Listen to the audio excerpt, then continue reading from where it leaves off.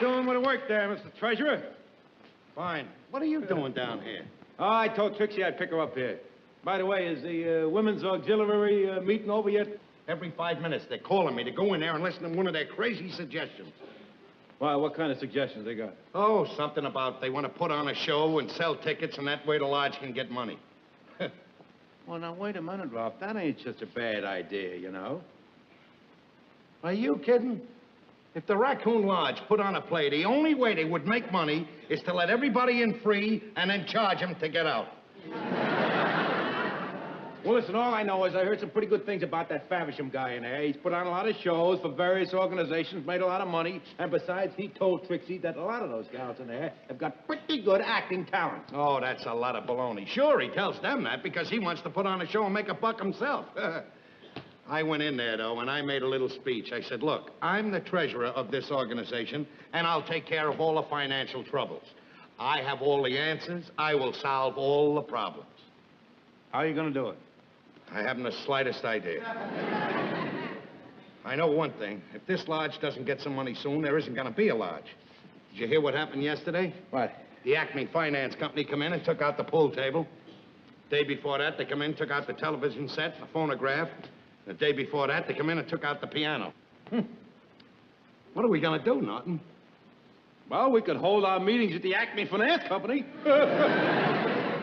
I should know better than to discuss anything with you. I just got one question to ask you, that's all. I'd just like to ask you as a treasurer. I'd like to ask you this question. Why don't we have any money in the treasury? It boils down to one thing. Nobody will pay their dues. That's what I'm doing right now. I'm writing a strong letter to every member. Go ahead.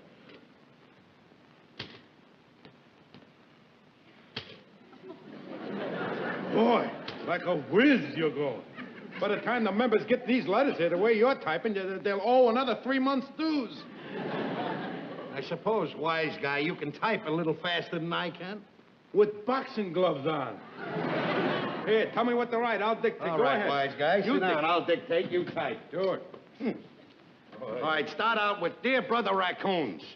The fact of the matter is this.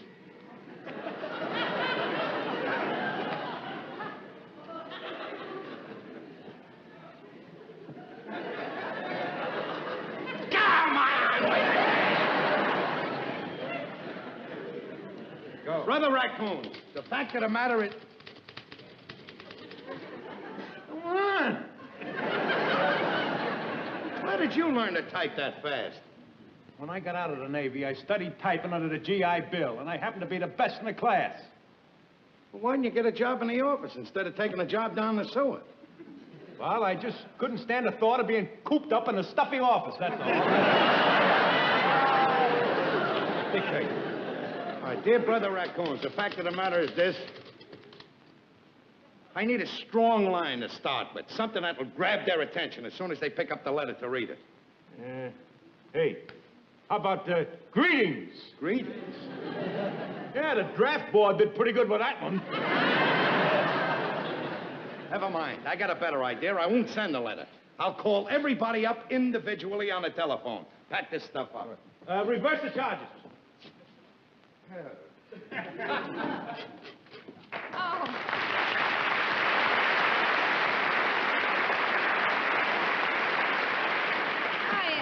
Hi, Alice. This is Mr. Faversham, Mr. Norton. How do you do? How do you do, Mr. Norton? Where's Ralph? Oh, he's out there making some very important phone calls to the members. Oh, do you think you could get him to come in here for a minute, Ed? Mr. Faversham wants to see him, and it's important. I'll do what I can. Pardon. All right. I'm afraid you're wasting your time. Ralph is never going to change his mind about the lodge putting on a play. Mrs. Cramton, I have every confidence that the lodge will make money. And in fact, I've thought of a way of convincing Ralph not only of becoming part of the lodge and not only of okaying the play, but being in it himself. Oh, you'll never get Ralph to be in it. Oh, I just saw him in action when he made that speech out there. He isn't exactly the shy, retiring type. No, I should say not. Just give Ralph a party in a room full of people, and he's the first person to do a hula with a lampshade on his head. But doing a play with a ladies' auxiliary is a different matter, you know. Well, I think maybe I can get him to do it. Well, I wish you luck. I don't know how you're going to do it, but you probably want to talk to him alone, so I'll go back to the meeting, and I'll keep my fingers crossed for you. Look, Mr. Faversham, if you're here to try to talk me into doing a play, it's out of the question. Out of the question. That is perfect. Perfect! What's perfect? The way you entered this room. The way you spoke those words. Mr. Cramden, you have great command. Mr. Cramden, let me tell you something. For years, I've been looking for an actor like you. I've seen actors work with them for years, and they don't even know how to make an entrance like that. That's so. Would you do me a favor? Would you go out and come in again and speak those same words with that same wonderful natural quality for me, please? If you want me to do it that bad, I'll be glad to.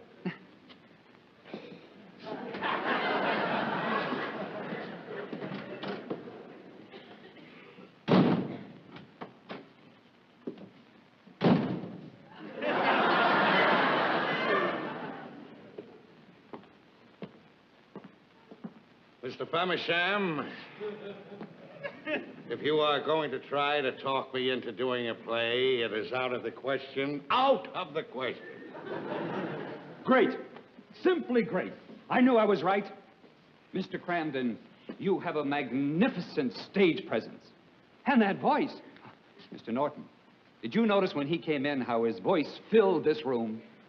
I did notice that the room got a little crowded. I didn't realize the voice. You know, Mr. Cramden, it's hard for me to believe that you haven't had previous acting experience. Well, I have to confess, Mr. Faversham, I did appear on the stage before in the 1949 Frolics of the Bus Drivers. I played all the comedy stuff in the show. As a matter of fact, as soon as I come on, they started laughing, screaming, and everything. I didn't even do anything yet. That ballet dress you had on didn't do you no harm. But of course, I realize you wouldn't be interested in a part in a wonderful play. It wouldn't change your decision. Oh, of course not. Well, I certainly wish that you would consider it and give me the go-ahead. I have an open mind about it if you think you could convince me by, well, if you thought, for instance, that it would make money. Oh, I'm sure it would. I'm sure it would make money. Then you have my okay. Go as far as you like. You won't be sorry, Mr. Cramden. Well, now, if you'll excuse me, I'll just tell the ladies the good news. Mr. Faversham, would you just stay there just for a second, please? A minute.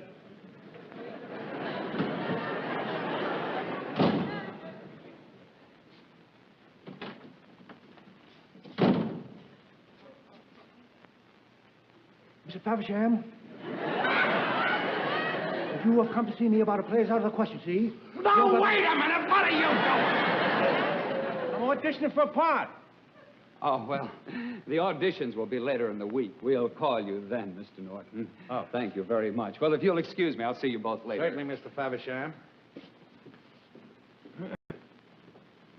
Hey, you know something? You could get to be a big motion picture star. Oh, don't be silly. I'm only a bus driver. What do you mean, don't be silly, you're only a bus driver? You ever stop to think whether Gregory Peck, when they discovered him, he was an usher out there at the Radio City Music Hall? Kirk Douglas was jerking sodas? Didn't you realize in Clark Gable's first picture he was a bus driver? Boy, all I know is that someday I can say, I knew Ralph Cramden when. There's only one thing I want to ask you. Just speak to me when you're a big star. Norton, if there's one thing you should know about me after all these years, is that I'm not that type of person. I've always followed that old adage.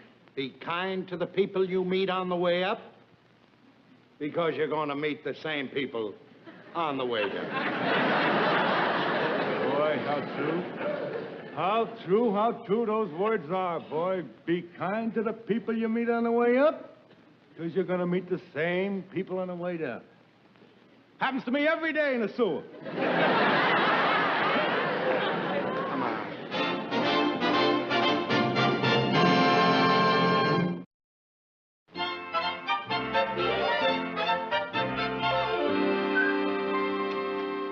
Hi, Alice.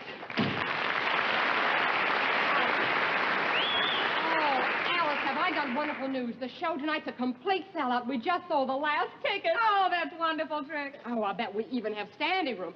You see, as soon as word got around Bensonhurst that Mr. Faversham's friend, that Herbert J. say, the big Hollywood producer was going to be in the audience.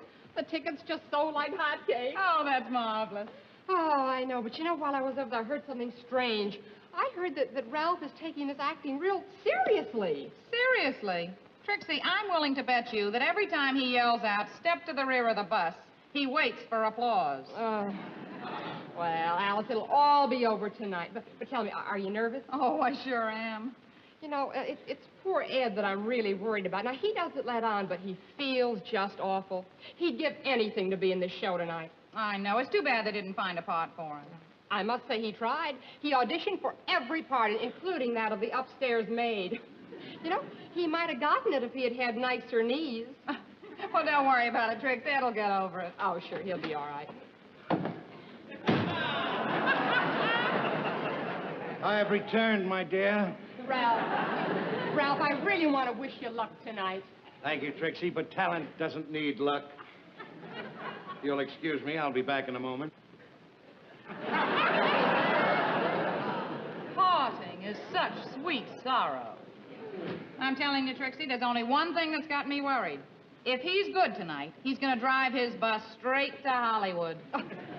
Now, Alice, don't let it upset you. Like I said before, this'll all be over in the morning. Hey, I got to get upstairs, but look, I'll come back later, honey, to wish you good luck. Okay? All right, Trix. Bye. Bye-bye. By the way, did you see what was in Earl Wilson's column today? No, I didn't see it, Ralph. It said that Herbert J. Whiteside is in town for the express purpose of casting his picture, and that he's looking for new faces.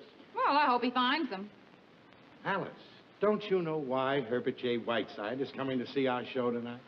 Ralph, he's coming to the show because he's a friend of Mr. Favisham's. He's not going to find any future stars at the Raccoon Lodge. He's looking for professional actors. Well, now, that shows how much you know about show business. You're always talking about something you don't know anything about. Just remember this, that Gregory Peck was an usher at the music hall, you know, when they found him. And Kirk Douglas was a soda jerk. So there's a chance for me.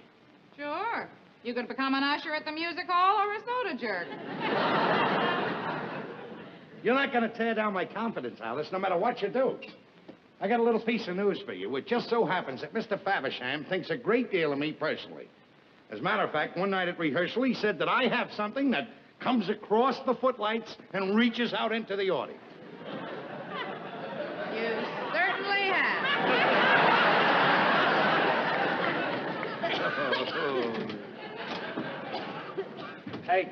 Hey, Ralph, did you hear the news? Joe Hannigan's got the flu. He can't be in a play tonight.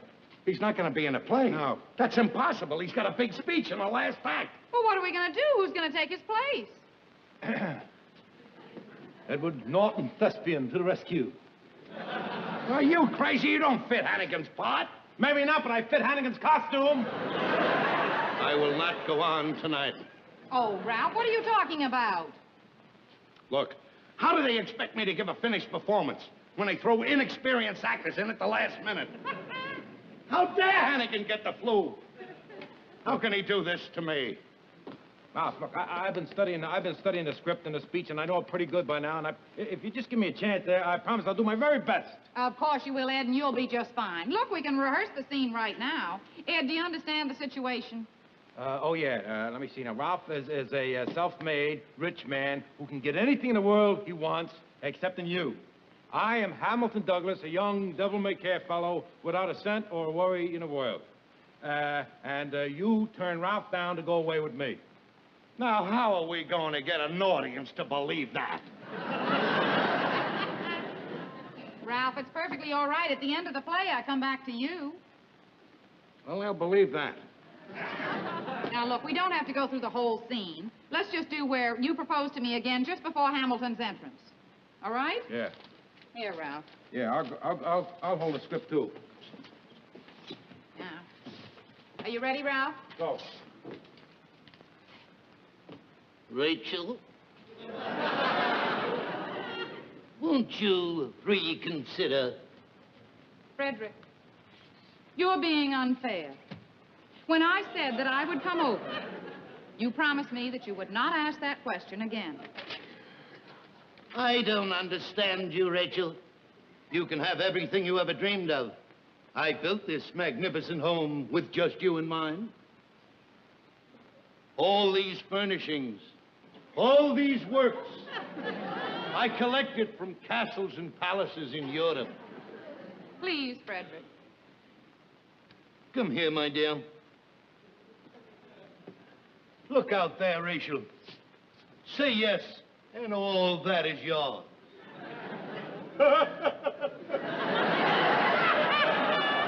Now, what are you laughing at? What does Rachel want with a Chinese restaurant and a pizzeria?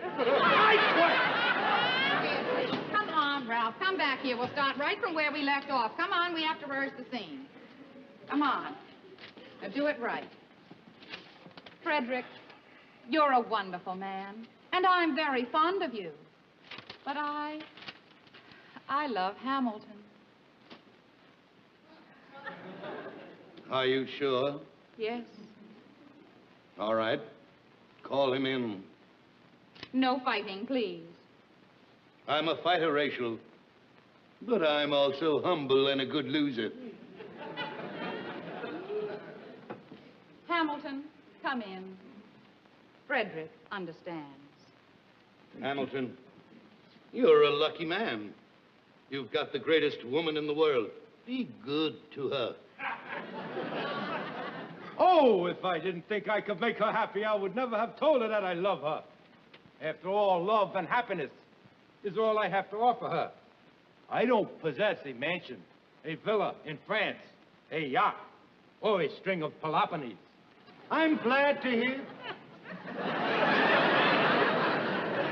A string of Peloponnese? Where do you see that? Right there, a string of Peloponnese.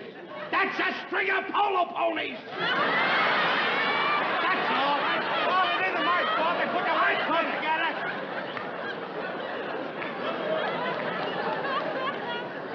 I can't go on with this. Ralph, Ed'll be perfectly all right in the part. Look, Ed, why don't you just go upstairs and practice by yourself for a while, okay? Yeah. Love and happiness are all I have to offer her. I don't possess a mansion. I can't do it with him, I tell you. He makes me blow higher than a kite. Ralph, will you please relax? I can't relax. I don't even know if I know the ending or anything. All right, Ralph, if you're nervous about that, we'll do the ending right now. We'll rehearse it now. We'll start from where I come back to you. Where am I? You sit right here in this chair. You know. And I come in. Wait a minute now. I find it. All right. You got it? I'm sitting. Frederick. Rachel. Frederick. Rachel, you've come back? Yes. I finally realized that I love you, even though you are rich. Oh, Rachel, how long I've waited to hear those words. In spite of all of my possessions and all my wealth, I realized that without you, I was poor. Nothing meant anything to me. My mansion, my villa, my yacht, my string of Peloponnese.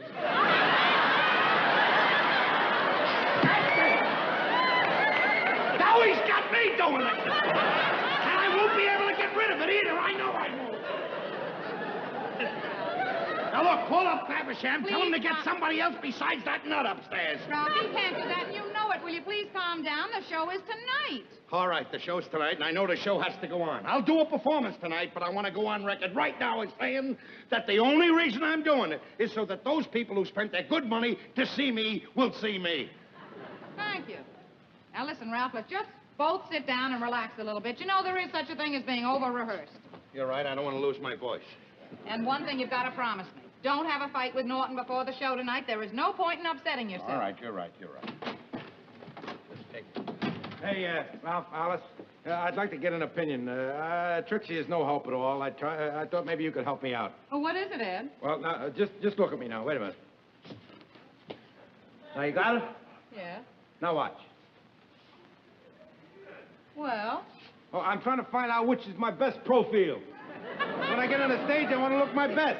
Why don't you stand with your back to the audience? Ed, at your left side. Left side? Yes. That's what I thought. Okay. Thank you. I'll go up and brush up there. I don't possess a mansion, a villa, a ranch, or a street. How do you like him, Alice? How do you like him? There's one thing I can't stand. It's a ham.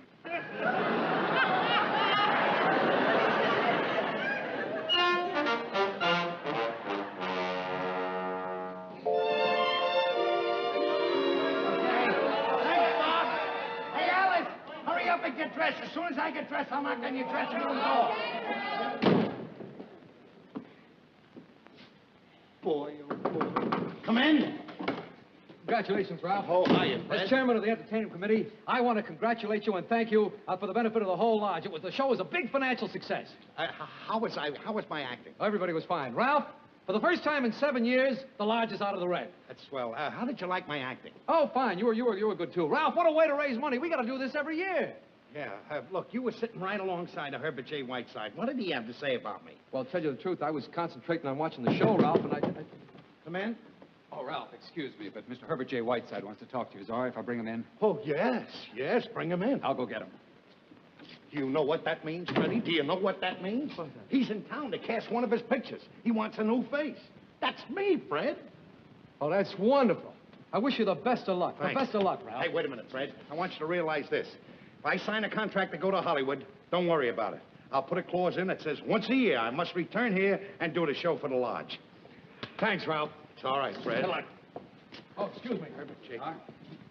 Herbert, this is Mr. Ralph Cramden. Howdy, Ralph, Joe. this is Mr. Herbert J. Whiteside. Well, Mr. Cramden, I certainly enjoyed your performance tonight. Thank you very much. I've liked your pictures, too. Thanks.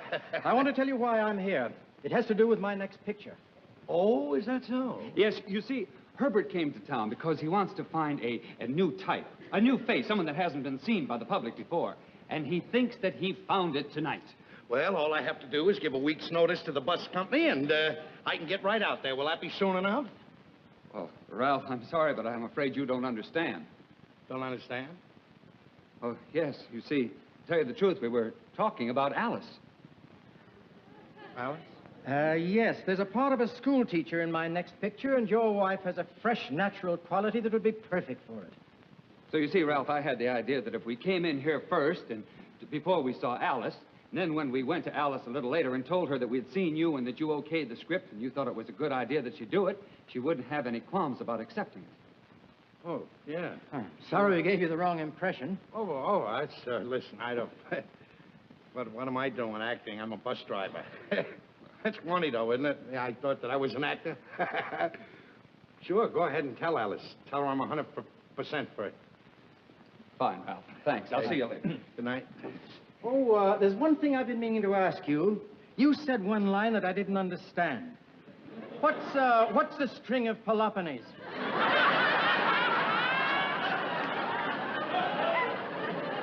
I made a little mistake. I should have been polo ponies. Oh, one of those. Oh, well, they all make them.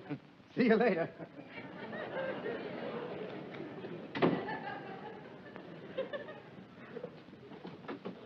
Hey.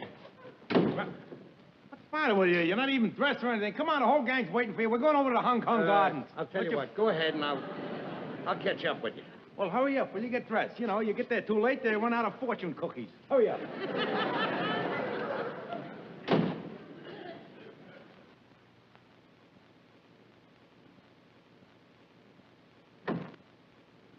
Ralph, Oh, hi, Alice. Mr. Faversham and Mr. Whiteside just came in to see me, and they told me what you said. Yeah, I know. Isn't that wonderful? Isn't that just great? I turned them down, Ralph. What do you mean? Why did you turn them down? You're a great actress. You're natural Ralph, and I'm everything else. no actress. What do you mean natural? Do you know which scene they liked the best, Ralph? The love scene. You know why it was so easy to be natural in that, Ralph? Because I wasn't acting. I was telling you, Ralph, that I love you.